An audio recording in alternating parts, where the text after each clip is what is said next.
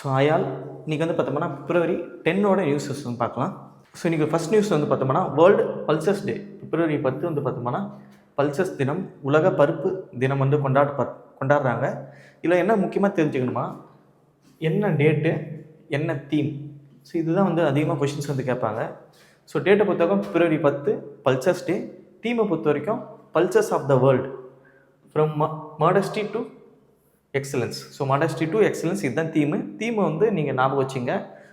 எக்ஸாமுக்கு சம்மந்தப்பட்ட பல்சஸை பற்றி நம்ம வேறு என்ன தெரிஞ்சுக்கணுன்னா சில விஷயம் இருக்குது, அதை நம்ம தெரிஞ்சுக்கணும். ஸோ இதுதான் பல்சஸ் பிப்ரவரி 10. என்ன விஷயம்னா இந்தியா. ஸோ இந்தியா வந்து பார்த்தோம்னா உலகத்தோட லார்ஜஸ்ட் ப்ரொடியூசர். உலகத்தோட ஒட்டுமொத்த பல்சஸில் 25% பார்த்தோம்னா இந்தியா தான் உற்பத்தி பண்ணுறாங்க. லார்ஜஸ்ட் கன்சியூமர் நம்ம தான் வந்து பார்த்தோம்னா அதிகமாக வந்து கன்சியூம் பண்ணுறோம் பல்சஸ். உலகத்தோட 27% நம்ம தான் கன்சியூம் பண்ணுறோம். லார்ஜஸ்ட் இம்போர்ட்டர் இந்த பல்சஸில் வந்து பார்த்தோம்னா பருப்பில் அதிகமாக இம்போர்ட் பண்ணுறது இந்தியா தான். ஸோ இந்தியா தான் வந்து பார்த்தோம்னா உலகத்தோட லார்ஜஸ்ட் ப்ரொடியூசரும் நம்ம தான், கன்சியூமரும் நம்ம தான், இம்போர்ட்டரும் நம்ம தான். ஸோ உற்பத்தியாளரும் நம்ம தான், நுகர்வோரும் நம்ம தான், இறக்குமதியாளரும் நம்ம தான். ஸோ இது வந்து எக்ஸாமில் வந்து கேட்கறதுக்கான ஒரு பாசிபிள் கொஷின். ஸோ அதிகமாக நம்ம இம்போர்ட் பண்ணுறோம், 14% பல்சஸ் இம்போர்ட் பண்ணுறோம். அதுக்காக தான் நம்ம என்ன பண்ணியிருக்காங்கன்னா செல்ஃப் சஃபிஷியன்சி, நம்ம வந்து பார்த்தோம்னா தன்னிறைவு அடைக்கிறதுக்காக லாஸ்ட் பட்ஜெட், போன வருஷம் பட்ஜெட்டில் வந்து பார்த்தோம்னா பல்சஸ் மிஷன் அப்படின்னு ஒரு மிஷினை வந்து லான்ச் பண்ணாங்க. இது மூலமாக வந்து 2030-31 நம்ம பல்சஸ் ப்ரொடக்ஷன், இந்த பருப்பு உற்பத்தியில் வந்து பார்த்தா தன்னிறைவு அடையணும், நம்ம வந்து செல்ஃப் சஃபிஷியன்சி அடையணும்னு சொல்லியிருக்காங்க. இந்த இயரை நம்ம வச்சுங்க, பல்சஸ் மிஷனில் 2030-31 நம்ம வந்து தன்னிறைவு அடையணும்னு சொல்லியிருக்காங்க. ஸோ அடுத்து வேறு என்ன முக்கியமான, எந்த ஸ்டேட் வந்து அதிகமாக உற்பத்தி பண்ணுறாங்க அந்த பல்சஸில் பார்த்தோம்னா மத்திய பிரதேஷ். ஸோ அதிகமாக உற்பத்தி பண்ணுறக்கூடிய மாநிலம் பார்த்தா மத்திய பிரதேஷ், 2வது பார்த்தா மகாராஷ்டிரா, 3வது ராஜஸ்தான். ஸோ இந்த பருப்பு வந்து அதிகமாக உற்பத்தி மத்திய பிரதேஷ், மகாராஷ்டிரா, ராஜஸ்தான். இது ஞாபகம் வச்சுங்க. 2வது இந்த தீம் வந்து ஞாபகம் வச்சுங்க. ஓகேங்களா? இதுதான் ஃபஸ்ட்டு நியூஸ் இன்றைக்கி நான் பார்த்துருக்கோம், பிப்ரவரி 10 பல்சஸ் டே. ஸோ அடுத்த நியூஸ் போகலாம். ஸோ அடுத்து என்ன நியூஸ்னால் பாரத் டாக்ஸி. ஆல்ரெடி நம்ம வந்து இந்த டாக்ஸியை பற்றி ஏற்கனவே நியூஸில் பார்த்துட்டோம். ஸோ இது வந்து பார்த்தோம்னா கவர்மெண்ட் சப்போர்ட் பண்ணக்கூடிய ஒரு taxi platform.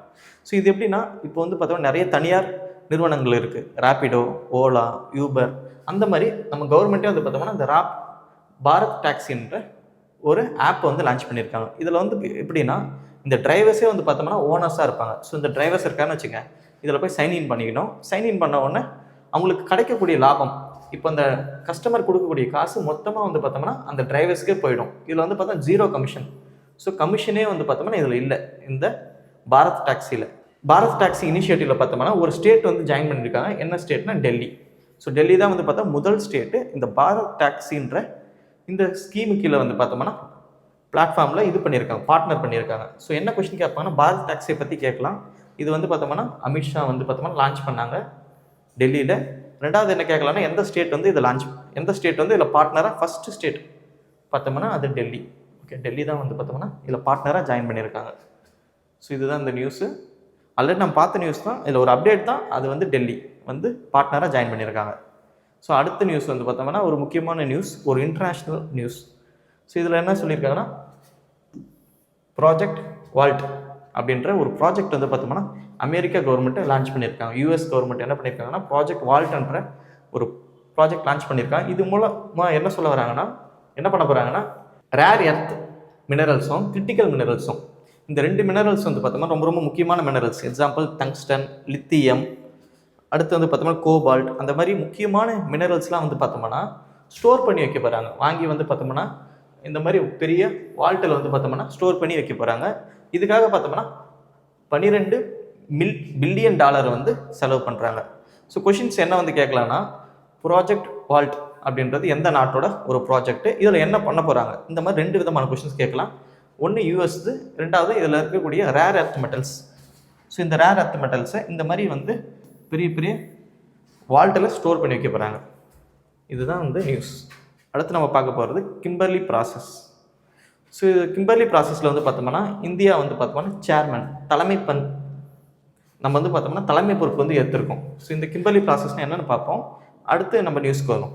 So Kimberley process. So இந்த கிம்பர்லி ப்ராசஸில் என்ன பண்ணுறேன்னா ரஃப் டைமண்டோட ட்ரேடை வந்து ரெகுலேட் பண்ணக்கூடியது தான் இந்த கிம்பர்லி ப்ராசஸ். இதில் வந்து பார்த்தோம்னா இந்தியா வந்து இப்போ 2026 சேர் பர்சனாக நம்ம தான் இருக்கோம், தலைமை பொறுப்பு ஏற்றிருக்கோம். இந்த கிம்பர்லி ப்ராசஸ்னால் என்னன்றதை இப்போ பார்ப்போம். ஸோ உலகத்தில் வந்து பார்த்தோம்னா 2 விதமான டைமண்ட் சொல்லுவாங்க. ஒன்று வந்து பார்த்தோம்னா blood diamond or conflict diamond, இன்னொன்று வந்து பார்த்தோம்னா கான்ஃப்ளிக்ட் ஃப்ரீ சர்டிஃபைட் டைமண்ட். இப்போ என்ன சொல்கிறாங்கன்னா, இப்போது அரசாங்கம் எடுக்கக்கூடிய சுரங்கத்தில் அரசாங்கமே பார்த்தோம்னா டைமண்ட் சுரங்கத்துலேருந்து எடுக்க போகிற டைமண்ட் பேர் தான் வந்து பார்த்தோம்னா கான்ஃப்ளிக்ட் ஃப்ரீ டைமண்ட்.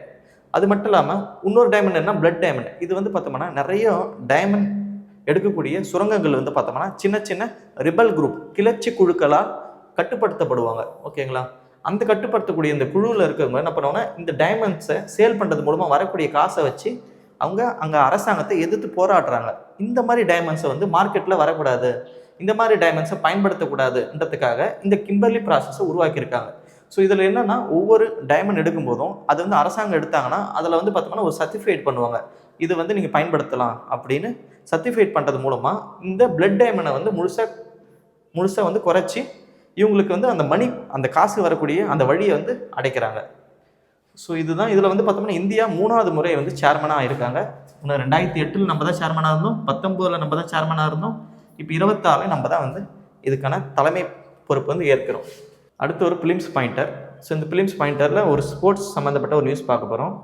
ஸோ டிஎன்பிசியில் வந்து இதுக்கு முன்னாடி ஒரு கொஷின் கேட்டிருக்காங்க, சில ட்ரோபி, ஓகேங்களா, சில ட்ரோபி அது என்ன ஸ்போர்ட்ஸ் அப்படின்னு மேட்ச் த ஃபாலோவிங்கில் கேட்டிருந்தாங்க. ஸோ அந்த கொஷினில் வந்து பார்த்தா இந்த சந்தோஷ் ட்ரோபின்றது ஒரு ஆப்ஷனாக இருந்தது. ஸோ அதனால் நீங்கள் தெரிஞ்சுங்க, இந்த சந்தோஷ் ட்ரோபி எதுக்கு சம்மந்தப்பட்டது. இது வந்து பார்த்தோம்னா ஃபுட்பால். ஸோ எக்ஸாம்பிள் கேட்பாங்க, திலீப் ட்ரோபி இல்லை ரஞ்சி ட்ரோபி எதுக்கு சம்மந்தப்பட்டதுன்னு கொஷின் கேட்பாங்க. ஒரு மேட்ச் த ஃபாலோவிங் மாதிரி ஆல்ரெடி இந்த கொஷின் கேட்டிருக்காங்க. ஸோ சந்தோஷ் ட்ரோபின்றது பார்த்தோம்னா ஃபுட்பாலுக்கு சம்மந்தப்பட்டது. இது ஒரு ஞாபகம் வச்சுப்போம். இப்போ வந்து பார்த்தோம்னா 79வது நேஷ்னல் ஃபுட்பால் சாம்பியன்ஷிப் வந்து நடந்தது. இதில் வந்து பார்த்தோம்னா சர்வீசஸ் அவங்க வந்து வின் பண்ணியிருக்காங்க. ரன்னர் அப் யாருன்னு பார்த்தோம்னா கேரளா. ஸோ சர்வீசஸ் வின் பண்ணியிருக்காங்க 79வது தேசிய ஃபுட்பால் சாம்பியன்ஷிப்பில். இந்த நேஷ்னல் சாம்பியன்ஷிப் தான் வந்து இன்னொரு பேர் தான் வந்து பார்த்தா சந்தோஷ் ட்ரோபி. ஸோ இது ஃபுட்பாலுக்கான ஒரு ட்ரோபி. இதை நான் வச்சுக்கினா போதும், வேறு எதுவும் இல்லை, இம்பார்ட்டன்ட் இல்லை. அடுத்து நம்ம பார்க்க போகிறது மெயின்ஸ் பாயிண்டர். ஸோ மெயின்ஸில் வந்து பார்த்தோம்னா இன்றைக்கும் ஒரு முக்கியமான டாபிக் வந்து நம்ம கவர் பண்ண போகிறோம். ஸோ நம்ம எக்கானமியில் வந்து பார்த்தோம்னா இந்தியன் எக்கானமியில் எம்எஸ்எம்இ. ஸோ எம்எஸ்எம்இ பற்றி பேசிக்காக நம்ம மெயின்ஸில் என்ன கொடுத்தா ஆன்சர் ரொம்ப நல்லா இருக்குன்றதை பார்க்கலாம். ஃபஸ்ட்டு எம்எஸ்எம்இனா என்னன்னு தெரிஞ்சுப்போம். எம் அப்படின்னா என்னென்னா மைக்ரோ, எஸ்னா ஸ்மாலு, அடுத்த எம்னா வந்து மீடியம், ஈனா என்னன்னா என்டர்பிரைஸ். ஸோ எம்எஸ்எம்இனா சிறு குறு நடுத்தர தொழில்கள். இந்த எம்எஸ்எம்இ வந்து பார்த்தோம்னா எந்த ஆக்ட் கீழே வந்து இயங்குதுன்னா எம்எஸ்எம்இ டெவலப்மெண்ட் ஆக்ட் 2006. ஸோ இந்த 2006 ஞாபகம் வச்சுங்க. இந்த ஆக்டுக்குள்ள தான் வந்து பார்த்தோம்னா இந்த எம்எஸ்எம்இலாம் வந்து இயங்குது. ஸோ இதோட முக்கியத்துவம் என்னன்றது இப்போ பார்ப்போம். இது எப்படி கிளாஸிஃபை பண்ணுறாங்கன்றது அடுத்த ஸ்லைடில் பார்க்கலாம். ஸோ ஒன்று வந்து பார்த்தா கிளாஸிஃபை, இப்போ எது மைக்ரோ, எது ஸ்மால், எது மீடியம்ன்றதை எப்படி நம்ம தெரிஞ்சுக்கலாம் அப்படி பார்த்தோம்னா 2 விதமான பிரிச்சிருக்காங்க. ஒன்று வந்து பார்த்தோம்னா இன்வெஸ்ட்மெண்ட், ரெண்டாவது டேர்ன் ஓவர். நீங்கள் ஏதாச்சும் ஒன்று தெரிஞ்சுக்கினா போதும், இன்னொன்று வந்து கண்டுபிடிச்சிடலாம். ஓகேங்களா? ஒன்று இன்வெஸ்ட்மெண்ட். இப்போது 2.5 கோடி கீழே இன்வெஸ்ட் பண்ணியிருந்தா, ஒரு முதலீடு பண்ணி ஒரு பிஸ்னஸ் ஆரம்பித்தா அது வந்து மைக்ரோ பிஸ்னஸ். இதே 25 கோடி கீழே இன்வெஸ்ட் பண்ணி ஒரு பிஸ்னஸ் ஆரம்பித்தா அதுக்கு பேர் ஸ்மால் பிஸ்னஸ். இதே 125 கோடி கீழே இன்வெஸ்ட் பண்ணி முதலீடு பண்ணி நம்ம ஒரு பிஸ்னஸ் ஆரம்பித்தோம்னா அது மீடியம் பிஸ்னஸ். இது வந்து இன்வெஸ்ட்மெண்ட்டை மையப்படுத்தி இந்த எம்எஸ்எம்இ வந்து பிரிக்கலாம், மைக்ரோ, ஸ்மால், மீடியம்னு.